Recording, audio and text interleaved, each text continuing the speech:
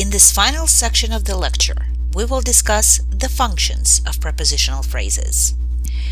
In utterances or written sentences, prepositional phrases do four main jobs. They can modify noun phrases as post-modifiers of nouns.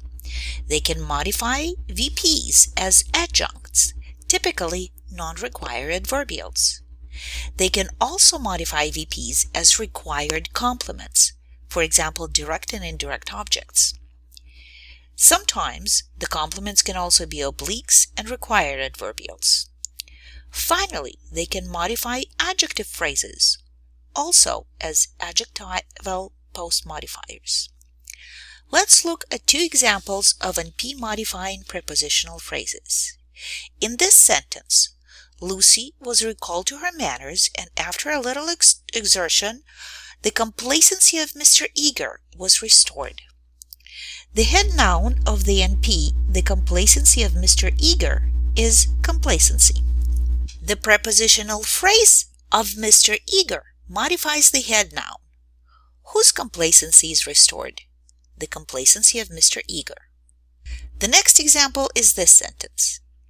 At his words, she had turned and stood between him and the light, with the measurable planes behind her. The prepositional phrase behind her modifies the noun planes in the NP, immeasurable planes behind her. Which planes? The ones behind her. As you can see from this tree diagram, when the prepositional phrases modify NPs, they come after the head noun. Other modifiers may precede the head noun. Let's look at an example of optional adverbial modifiers. In this sentence, happy Charlotte, who, though greatly troubled over things that did not matter, seemed oblivious to things that did, who could conjecture with admirable delicacy where things might lead to, but apparently lost sight of the goal as she approached it. The prepositional phrase with admirable delicacy optionally modifies the verb could conjecture. It's an adverbial of manner. How did Charlotte conjecture with admirable delicacy? This prepositional phrase is an adverbial of manner, and it is optional.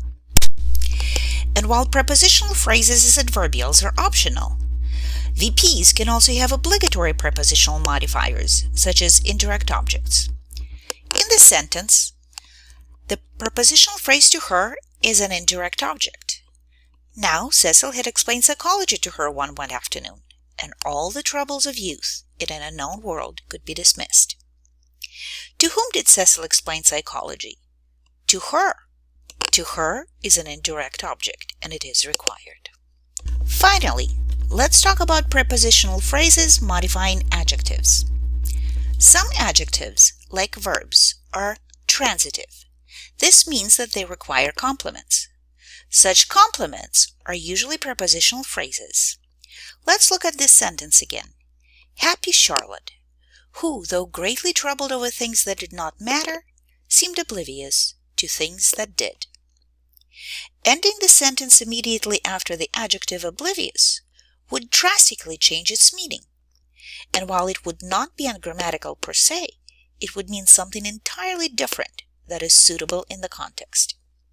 Thus, the prepositional phrase to things that did matter is an obligatory modifier of the adjective oblivious, which is the head of the adjective phrase.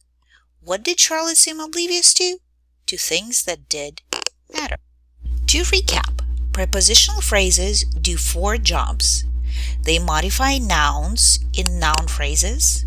They modify verbs in VPs, either as non-obligatory adjuncts or as obligatory complements. And they modify transitive adjectives in adjective phrases. Let's practice identifying the functions of prepositional phrases in the text. This excerpt from A Room with a View by E.M. Forrester has 5 prepositional phrases highlighted. Pause the lecture and try to identify whether each prepositional phrase here is an NP modifier, an adjunct in a VP, a complement in a VP, or an adjective phrase modifier. You will post your answers on Canvas after this task is complete. Please pause now. Once you've completed this practice, we will move on to a more advanced exercise. This task requires you to apply your skills on a more advanced level.